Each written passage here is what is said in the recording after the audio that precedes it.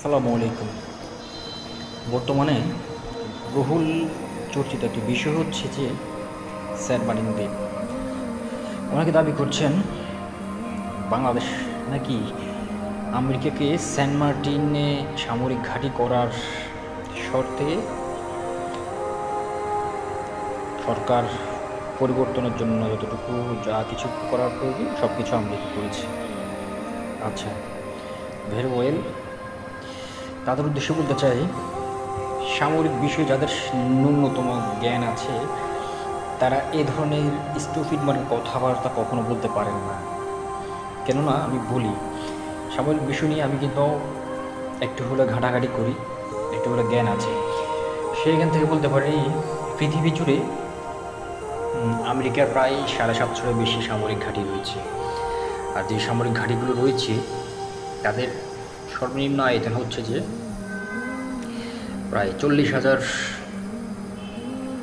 Hectare. এক একটা সামরিক ঘাঁটির আয়তন 40,000 হেক্টর। কেন?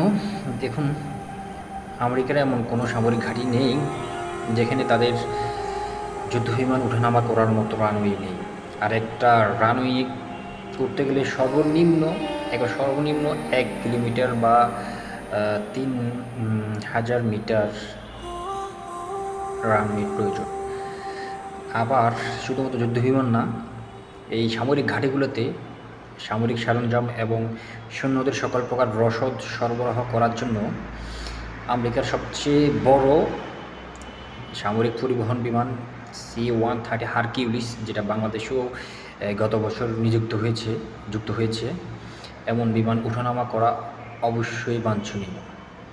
তো সেক্ষেত্রে একটা হারকিউলিস C-30 হারকিউলিস যদি ওঠানামা করতে হয় তাহলে সেক্ষেত্রে প্রায় 3 kilometre runway, I said again, about 3 kilometre runway or 10,000 feet, 10,000 feet runway প্রয়োজন। কেননা আপনারা জানেন C-130 হারকিউলিস কতটা বিশাল বৃহদাকার বিমান।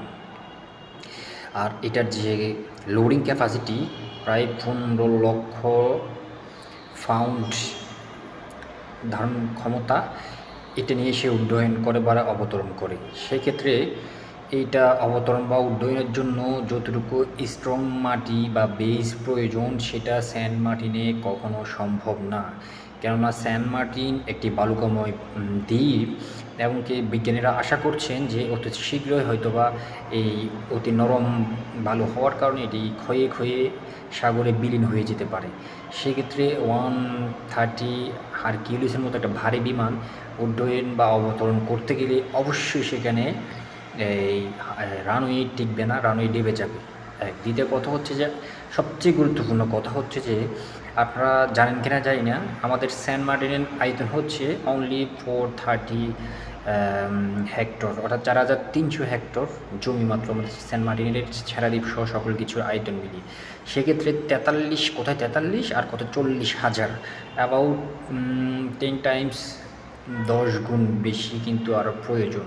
সুতরাং এখানে একটা আমেরিকার সামরিক ঘাঁটি হবে, এটা ভাবা আপনাকে যে মানে বোকার স্বর্গে বসবাস করার মতো অবস্থা। ঠিক আছে?